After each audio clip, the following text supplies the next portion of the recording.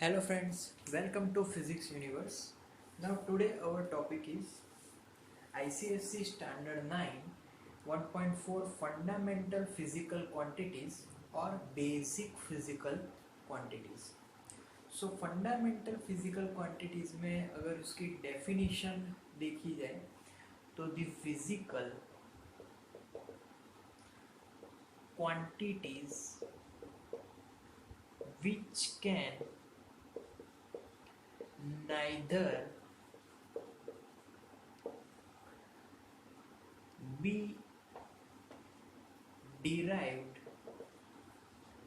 from one another, nor can they be resolved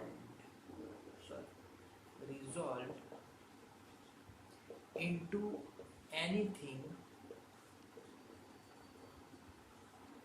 more basic are called fundamental physical quantities. तो ये थी definition कि physical quantities in which they can neither B derived, मतलब कि ये एक physical quantity है जिसको हम दूसरी क्वांटिटी से डिराइव नहीं कर सकते या फिर दूसरी क्वांटिटी से उसको ब्रेक भी नहीं कर सकते, मतलब कि दूसरी क्वांटिटी में उसको हम लोग कन्वर्ट भी नहीं कर सकते।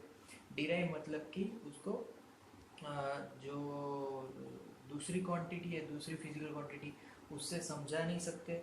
और जो ये फंडामेंटल फिजिकल क्वांटिटी है उसको हम लोग दूसरी क्वांटिटी में चेंज भी नहीं कर सकते। तो ये एक बेसिक क्वांटिटी हो गई कि जिसका बेसिक खुद वो खुद है, तो उसको और हम लोग ब्रेक नहीं कर सकते।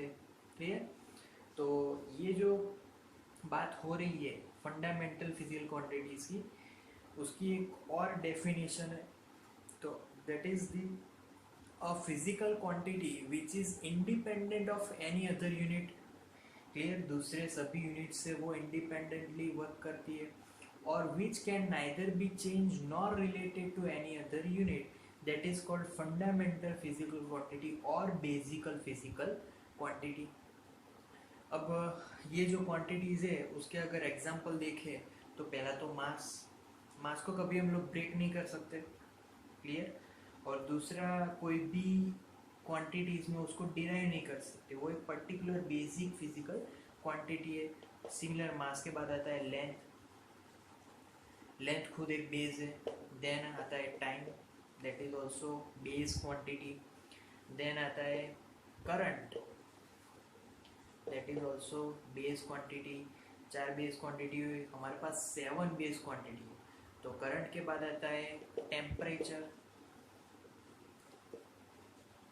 Then luminous intensity, and the last one 1 2 3 4 5 6, and last one is amount of substance. So these are our 7 fundamental physical quantity which have base units as well. तो इन सभी जो 7 फिजिकल क्वांटिटीज है उन सभी को एक पर्टिकुलर यूनिट से हम उनको डिराइव करेंगे। Clear?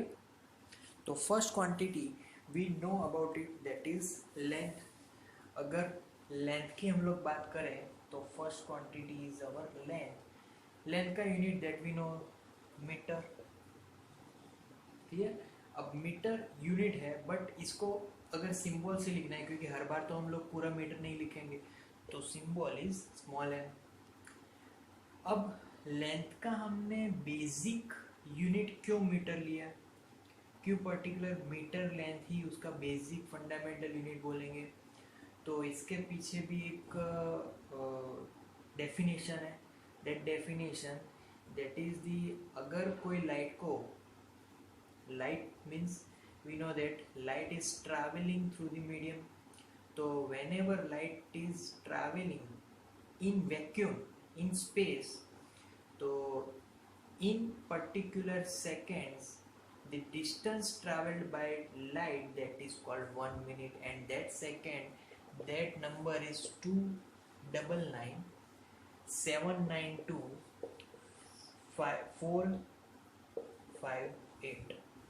so this is the ratio of seconds, मतलब इतने सेकेंड्स में लाइट ने वैक्यूम में 1 मीटर ट्रैवल किया, बहुत ही कम सेकेंड में, क्योंकि लाइट है बहुत ही स्पीड से जाएगी, तो इसीलिए लेंथ में मीटर को हमने एज अ बेस यूनिट रखा है। क्लियर। सिमिलरली दूसरा physical quantity, basic physical quantity is mass. Mass unit we know it kilogram. Kilogram को हम लोग सिंबलाइज करेंगे केजी। अब why 1 kilogram is base, because it is the international prototype of kilogram, मतलब कि ये पर्टिकुलर हमने एक फिक्स रखा है कि amount of matter in which force of 1 newton produces an acceleration of 1 metre second two inverse. तो किलोग्राम एक ऐसा सब्सटेंस है कि force 1 newton and acceleration is 1 metre second two inverse. Then third, that is time, basic physical quantity. Time unit is second and denoted as s. Clear? So why particular second? So it is the duration, मतलब कि हम लोग आगे पढ़ेंगे atomic clock के बारे में, तो उसमें जो सीजियम एटम यूज हुआ है, सीजियम एटम पर्टिकुलर 1 सेकेंड में लगभग 9 into 10⁻10 number of oscillation are in 1 second. मतलब कि सीजियम का एक एटम लगभग 1 सेकेंड में इतनी बार वाइब्रेट होता है। Clear? So this is the vibration of caesium. Clear? Okay, now fourth physical quantity, that is current, electric current actually. Now electric current, that unit is ampere, so full form is ampere, and ampere we denote it as capital A. Clear? So why only 1 ampere? Because ampere, that is a constant current, so in particular cross section area some amount of electrons are passing through that particular area. Clear? So in that particular cross section, the force in that cross section, that is the 2 into 10⁻⁻7 Newton per meter of length. तो 1 metre में इतना force exert होगा। Clear? तो वो जो cross section है जिसमें से करंट पास होगा, उसके अकॉर्डिंग ये एक उसका डेफिनेशन है। Clear? Now next is thermodynamic temperature. तो thermodynamic temperature we use scale as Kelvin. Clear? तो केल्विन, उसका हम लोग सिंबलाइज लेंगे K, unit symbol is capital K. Why Kelvin? Because it is the fraction of 1/273.16। ये amount हमें पता है, ये किसकी अमाउंट है? तो ट्रिपल पॉइंट ऑफ वाटर की। तो दिस पर्टिकुलर टेम्परेचर पे वाटर 3 अलग अलग उसके रूप दिखाएगा, पानी भी होगा, फिर आइस भी होगा और वेपर भी होगा। क्लियर? तो ये एक हमारा ट्रिपल पॉइंट ऑफ वाटर है, fraction of triple of point of water, triple point of water. Clear? Okay, now sixth one, that is luminous intensity.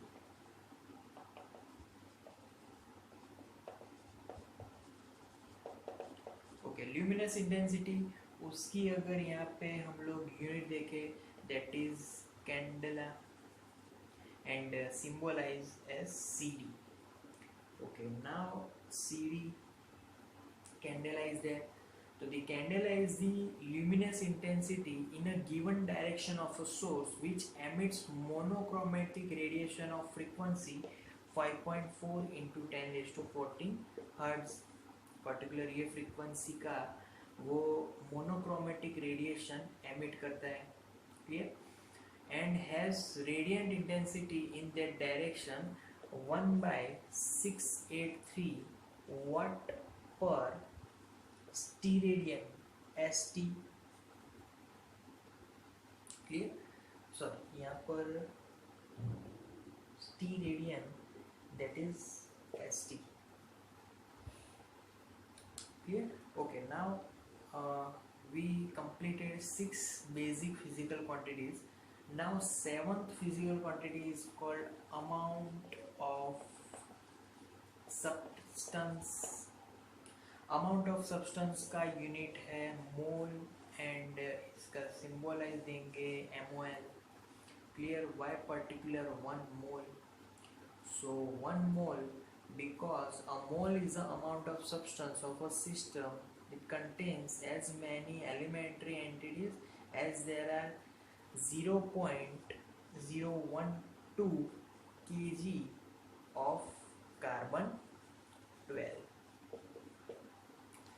तो पर्टिकुलर एक मोल में इतने कार्बन 12 होंगे, इतना मास होगा एक मोल के अंदर, कार्बन 12 के मोल के अंदर.